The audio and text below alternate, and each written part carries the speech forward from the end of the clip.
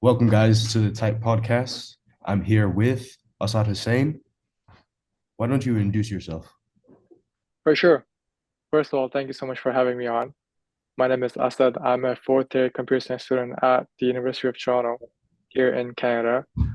Um, Introducing myself is a bit of a loaded question, but I'll try to answer myself as good as I can. Computer science, passionate about just building things, about experiencing new things. I've worked at a couple companies. I worked at RBC, which is the Royal Bank of Canada. I worked at IBM. I worked at Dayforce. I've also recently completed my internship at Google, and now I'm building offline. Quite the history, huh? Yeah, yeah. Thankfully got the chance to do a lot Yeah. And you have this app called Offline. Can you go into depth? for sure. So offline is a startup that me and my friends recently started about 2 months ago while we were building in San Francisco. So I was doing my internship there at Google, and he was also interning, my co-founder, at a Halo. Halo is like a smart glasses wearables company. Hmm. And one night he comes over and he's like, "Bro, I have this idea about offline." And I was like, "What is it? Tell me more." And he said that we should somehow find a way to make people talk to each other in person, essentially engineer serendipity, right? And from there, we released beta and whatnot, and it turned out to be a proximity-based AI social network. Hmm. Now, if I had to explain it to you and pitch it to you what offline is, imagine you go to a party, right, with a friend who knows everybody at the party, All but you right. don't really know a lot of people, right? So what does this friend do? He takes you to the first person he thinks that you'd be a good match with, right? Like, hey, you should meet this guy. You guys are both into whatever mutual interest you guys have in common. So let's say it's soccer. And now imagine that friend is your phone, and it's not just a party anymore. It's anywhere you go. It's the campus, the cafe, your work, the GO train, the buses, the subways. You always have this friend in your pocket that's introducing you to people that you would be a good match with. And that's what offline really is that friend that travels with you and introduces you to people that I think would be a good match. All right. The thing I've kind of noticed is that you're offering people connection. And we have seen time and time again with studies and just from or just saying how they're suffering from loneliness. And so you're Correct. solving not just a product need, but a deep inner desire need for connection. That is right. So if I tell you the true story about how and why offline came out to be and why we feel so closely with it, all my friends right now and co-founders, I have two co-founders, Vikram and Haris. We both met, we all met through like the same math class. It's linear algebra one. Hmm. I was trying to solve a question on the board. It's something to do with like I forgot what the question was. It was a tough question. I remember it being late at night and I couldn't figure it out. And he was like the only other person in the room, so he comes over and solves it for me. And just we clicked off. My other co-founder, Horace, I met him in the stairwell of my lecture, right? And we realized that people really make genuine connections in person, Hmm. correct? And I feel like a lot of people can relate to that. A lot of their friends, and I'm sure your friends as well, who you're close with, are people you met in person in real life on campus or whatnot. Yeah. And so that's why we feel really closely to what offline's mission is. And secondly, it's also true that, yes, loneliness is an epidemic that our generation face and is a bigger epidemic that now new generation Alpha is facing. And a lot of studies, like you said, have come along with people saying that your friendship satisfaction is actually linked to your social well-being. And I was reading a research paper actually this morning on how people who were used to interacting with their friends offline pre-COVID, and then when the interactions moved to primarily online during COVID, their friendship satisfaction actually decreased, which had a very significant impact on how they felt in society and hence their social well-being. So it's kind of you're giving people who maybe have mental health issues or are insecure about themselves a place for community with other people who have similar interests. Correct. It's just, for example, the tagline engineering serendipity is perfect because we're not promising your best friend or soulmate or co-founder. We're just promising you a connection Mm. that introduce you to people who actually want to also talk to you, and then you can take it anywhere from there. All right. So now that we know what offline is, I want to know about your childhood. What was Assad's childhood? Again, a loaded question. My childhood. Is there any specific you want to know about my childhood? Like what type of like obstacle or hurdle that you had to overcome, or like something that you took from your childhood to get you into the position you are today? Okay, I'll try to answer this as best as I can. I think, and thank God, I had a really good and decent childhood. And again, thank God, better than most of the people I know. I went to a private school in UAE till grade 8, then I did grade 9 in Pakistan, and then high school in a small province here in Canada in Manitoba, and now university here in Toronto, Ontario. My childhood would be, if I had to use one word to explain, it would be growth. I wasn't, I remember I wasn't the best at a lot of things when I was young, especially the things that I liked, like soccer and studying. Like most of I us. was always I was always just above average, but not, people who were like really good at like a sport and also really good at like studying. And that always takes me off. I was like, I'm above average, but I'm not the best. And that really helped me help shape my growth, I would say. Because when I would go play soccer, I would be better than most of the people, but I just wouldn't be there at the top club. Same with, let's say, my favorite subject was math. I was better than most people in my class. I remember, like in grade 5, basically grade 7, but I wasn't that top 2, 3 students, right?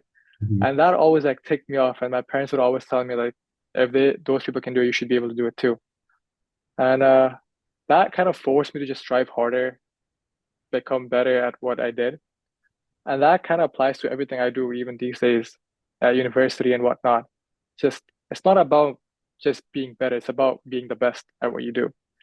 That's playing soccer or boxing or gym or studying or socializing or networking or being MCs and whatnot. And I gave all these examples because it kind of relates to me. I'm Mhm. sure other people have different examples that they relate to. And so from my childhood to even now, I try to be the best at things that I do. Um, I remember a short story when I go into big tech Google, right? It seems like Google is the place to work. Everybody wants to work at Google. And I really did enjoy working at Google. But then there was this question that was always at the back of my mind, like, what's next? What do I do next? Right? I got into Google. What's the next big company? What's the next big jump that I go from here? And I was talking to one of my friends, and he was like, "Bro, you should relax for a bit. What do you mean? What's the next big jump? You should be happy where you are at." And that's not to say I wasn't happy where I was. It's just that Know your I always potential. try. Sorry? You know your potential. Exactly. It's just not exactly know my potential, but trying to find out where my limit lies, Mm. right? So if you ask me first year, you think, would I get into Google? Honestly, I wouldn't have an answer. I'd be delusional enough to say yes, but would I confident enough to say that I would get into it? No. I would say probably no at first year. But now that I've done so much, um, and partly and greatly due to the hard work and determination, I feel like everybody should just strive to be like, okay, nobody knows what a true potential is, but you have to find out where you can go. So you mentioned growth as like the main thing in your childhood, and it's no wonder that you started an app and you're an entrepreneur. So with that in mind, what are your top tips for anybody that wants to start an app, a business, anything like that? Honestly, I wouldn't call myself an entrepreneur just yet. It's just my second company that I've started. Nowhere near as successful as I want to be. But again, it's a growth mindset, right? You work, and then one day, hopefully, you reach where you want to reach. But my top tips would really be determination and having an open mindset.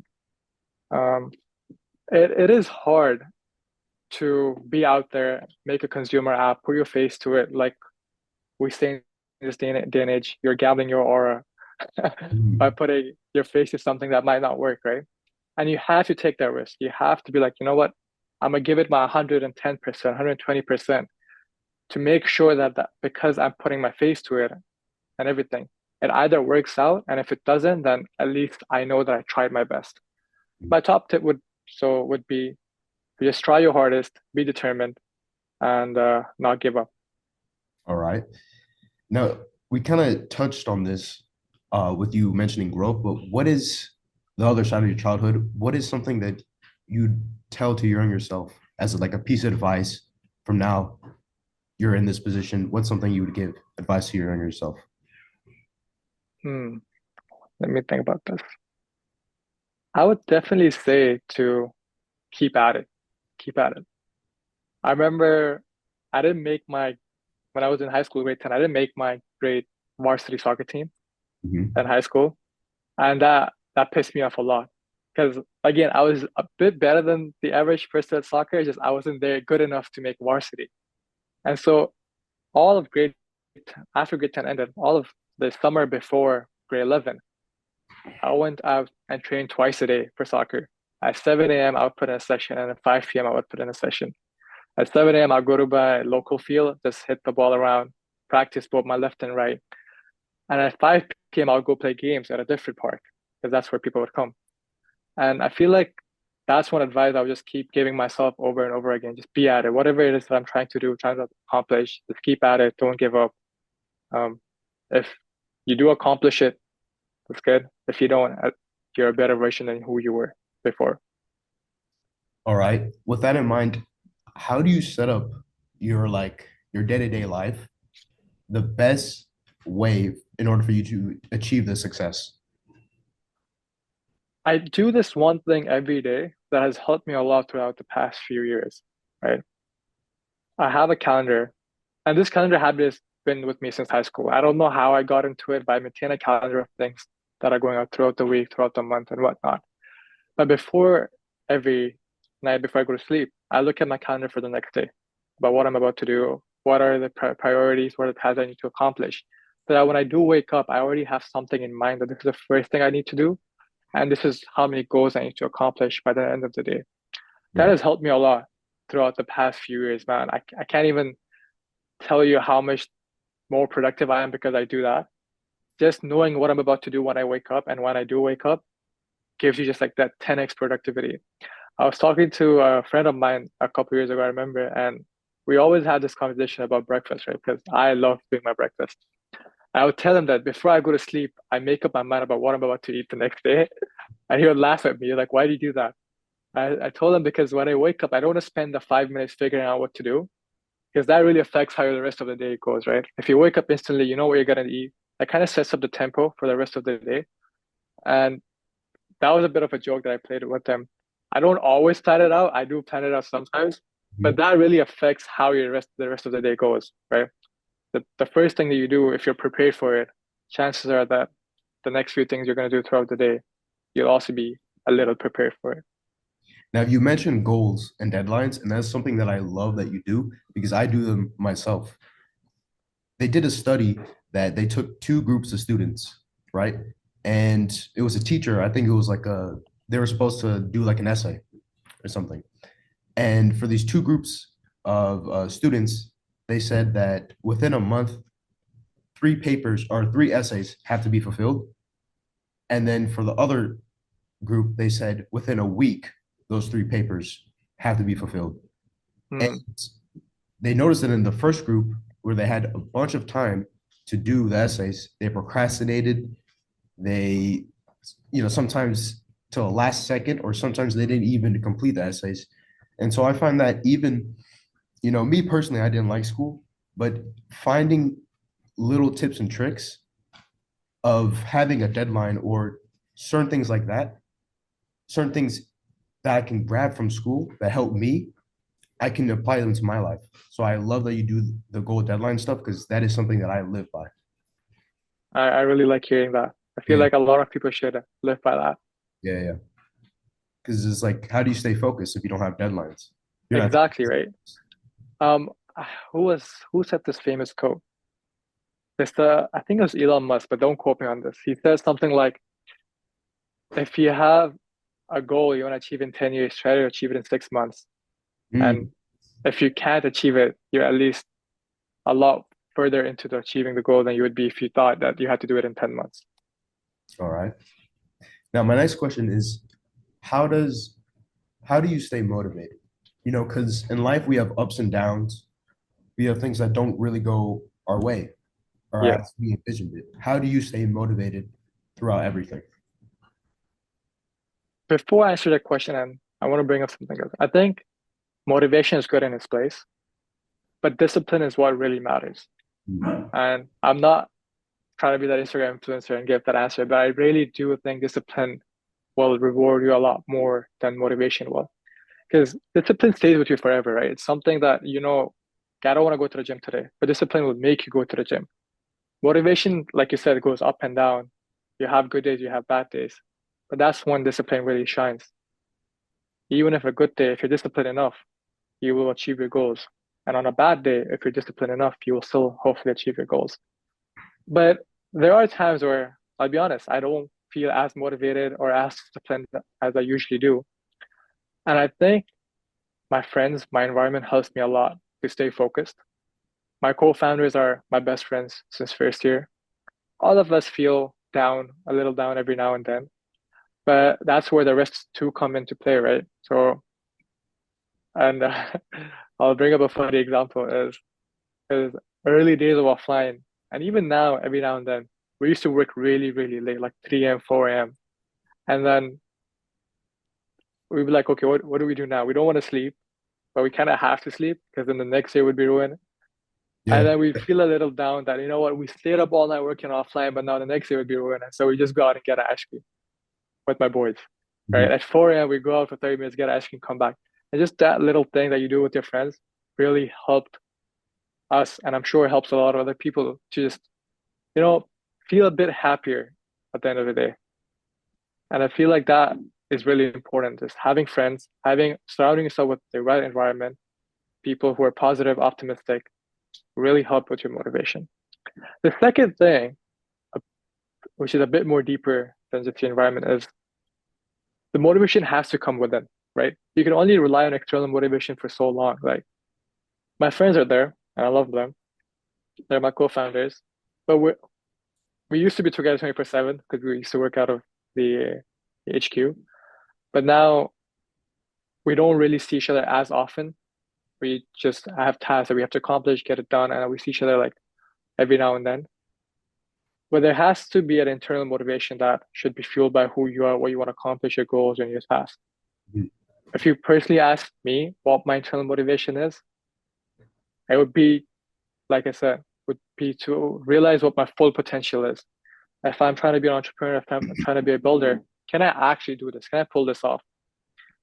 And just having that question at the back of my mind forces me to not slack off, right? And that goes for anything that I tried doing in my life in the past 4 years, like trying to get an internship. If I want to get into Google, can I really get into Google? Right. And if I really do want to get into Google, can I afford to like not work on lead code or can I afford to like waste a week or 2 weeks? Right. That's where the internal motivation comes into play. Yeah, so you kind of touched on it on the last thing you were talking about, but you hear and you see a lot of people who want to get rich and successful. You hear them always talk about you either work hard in your 20s, right? Or you either waste your 20s, right? It's kind of like this black and white Yeah. of either you go hang out with your friends, you go live and experience life, or you sacrifice that. And then in your 30s, right, you either do vice versa or do you keep on working. So you kind of touched on it at the end there, but how do you maintain work-life balance? Uh, I don't. I don't, to be honest, maintain work-life balance. My sleep schedule is messed up. What I eat is messed up. Uh, what else is messed up? My course, my study schedule is all messed up. Hmm. But like Naval Ravikant, I don't know if you know him. He's a very famous Indian entrepreneur, a billionaire. I went to his talk when I was in SF a few months ago, and we had a bunch of interns in the room.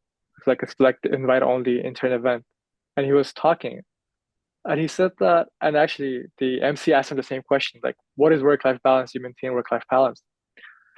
And again, don't quote me. I don't know if it's Noel or it might have been somebody else on the stage, but I forgot. And he said that in your 20s, when you actually are trying to pursue greatness, there's no such thing as work-life balance. Because work-life balance is only needed if your work is not fulfilling, if it's not giving you the motivation or discipline that you need to wake up the next day and actually work on the app or whatever software basis that you're running. And that's where work-life balance will come into play. Like, for example, people who really hate their jobs, right? They need work-life balance because they don't like work. So they need to somehow balance that out using external activities. But people who really enjoy what they do, work-life balance is not a thing. You really need to understand that if you're enjoying what you do, you don't need to balance it out with anything else because you're truly enjoying what you do. So in my life, there's no work-life balance. I code 16, 15 hours a day sometimes. And then there will be a time every now and then over the weekend, I'll sleep like 9, 10 hours, right? Just because I'm feeling like it. And I don't really feel exhausted after the coding session at all. And that's because I do enjoy what I'm doing. The app, I like the mission, I like the vision. So I don't feel like I need work-life balance. I'm not sure if that answers your question, but Yeah. All right. Um, you met the CEO of Google I and did. you posted it and it kind of went viral. Can you touch on that? Yeah, for sure. So there's this restaurant when I was in SF, I would go to a lot. And it was the only like desi good restaurant in the area. Yeah. In fact, in all of the Bay Area, I would say. It's called Zareen's.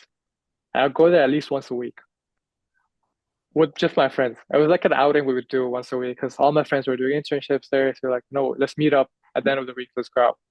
So we made this routine that every Friday night we go to this restaurant. And so coincidentally, one of the Friday nights that I was walking to this restaurant, what do I see? I see the CEO of Google at the restaurant. And I was like, there's no way he's just sitting right there and no bodyguards or nothing, right? Just looked like a very humble, down to earth guy. And so I was like, I have to take a picture with him. I have to talk to him. And so I called my friends. I'm like, bro, you gotta come out of the restaurant. The CEO of Google is here. He wasn't in the same restaurant as us. He was in a restaurant beside us. And these guys were like, no way. So they come out and like, yo, that's actually him. That's actually Sundar Pichai. So we waited like an hour outside for him to finish his food, um, deal with his business. And then when he comes out, everybody just surrounds him. Like, yo, let's take a picture. Let's take a picture. And I get in the line. I take a picture with them. We exchange a few words. It's about, I tell him that I'm interning at Google and whatnot. And then we take a picture and that was it. He's like, oh, it was nice to meet you. Very humble guy. Shook my hand and we called it a day. Yeah. It's moments like that when, sometimes I bump into like millionaires or I bump into kind of like famous people sometimes just out of like coincidence or whatever, right? I bump Yeah, into these people and it really does give me like a new energy state. It gives me energy of like, I could be having, I could be like very, very tired that day. But when I bump into people like that who have actually made it, yeah, it gives you new energy. Like, oh, maybe I don't need to sleep today. You know what I mean? exactly. No, you're 100% on right there. And I think in my LinkedIn post, I put that when I met him, felt like he's normal. He's like one of us, right? Usually you think like these tech billionaires, trillionaires, people who are running like these big companies, Twitter, Elon Musk, Facebook, and whatnot. You feel like they're invincible almost, like they're untouchable. But then you meet them in real life and they're like, these are just humans like us, right? They were able to achieve what they achieved. And so why not you? Why not me? Yeah. So going back to offline, I really like the concept. I really like the idea. I honestly think it is going to be a big app because it is touching such a deep human core desire of not wanting to be lonely, of having connection, having that family. Um, because you kind of notice, right, when you study caveman people, it's all about tribes. Yep, People have tribes, whether it comes from religion or even like a product. It's all tribe based, and so I think your app offline is going to be a very big thing. You know what I mean? hopefully, So, hopefully. where do you see offline being in the next 5 years? It's a very good question. So we want offline to be the social network that moves with you. We want it to eventually transform. into a product or software that allows you to meet anybody in your proximity. Imagine you walk into a room full of strangers, right? And it becomes a room full of familiar faces. Mhm. That's what we want offline to be. Anywhere you go, anywhere you are, whoever you're with, you're able to tell who's in your surroundings and hopefully make connections in your day-to-day life. All right. So with the last question, right? What is your message to the audience? What is the thing that you want people to leave with about offline, but more importantly about Assad? For sure. I think with offline, I want people to understand that don't wait for an app to tell you that you have to go meet people, right? Don't wait for anybody else to tell you you have to go meet people. Go out there, meet people. There's genuine, true connection that lies within meeting people and talking to people in real life, right? We're hoping offline is just that catalyst that helps you do it. But we don't want again to for you to be like, oh, I'm gonna wait for technology to tell me when to meet people. Go out there, be out there. You know, people love talking. People love talking about themselves, talking about you, talking about their experience, share their stories, just experience the world, right? You are the main character in your life, but understand that everybody is the main character in their lives. So go out there, talk to people, understand what the world is really about. About Asad, uh, I want them to know that not anything about me, to be honest, just that if you really put your mind to something to achieve, whatever it is that you want to achieve, and if you really are about it and will work 100%, in fact, 110, 20% to achieve what you want to achieve, you will do it, right? It might take a few months, it might take a few years, but execution is what really matters at the end of the day. It's the saying in startups that, and I'm butchering the saying right now, it's you can have a really good team, but if you don't have the execution, then the team doesn't really matter. And that goes with anything in life. Everything is just about execution. It's about you doing it, you being determined enough to achieve what you want to achieve. And one day, hopefully, you will. All right. Well, Assad, thank you for your time. My Of course. podcast section is fulfilled. My name was Carlos, but I go by King Los on the internet. And thank you for your time. Of course. Thank you so much for having me over, and hopefully, we can run this back sometime. All right. And this has been the Type Podcast.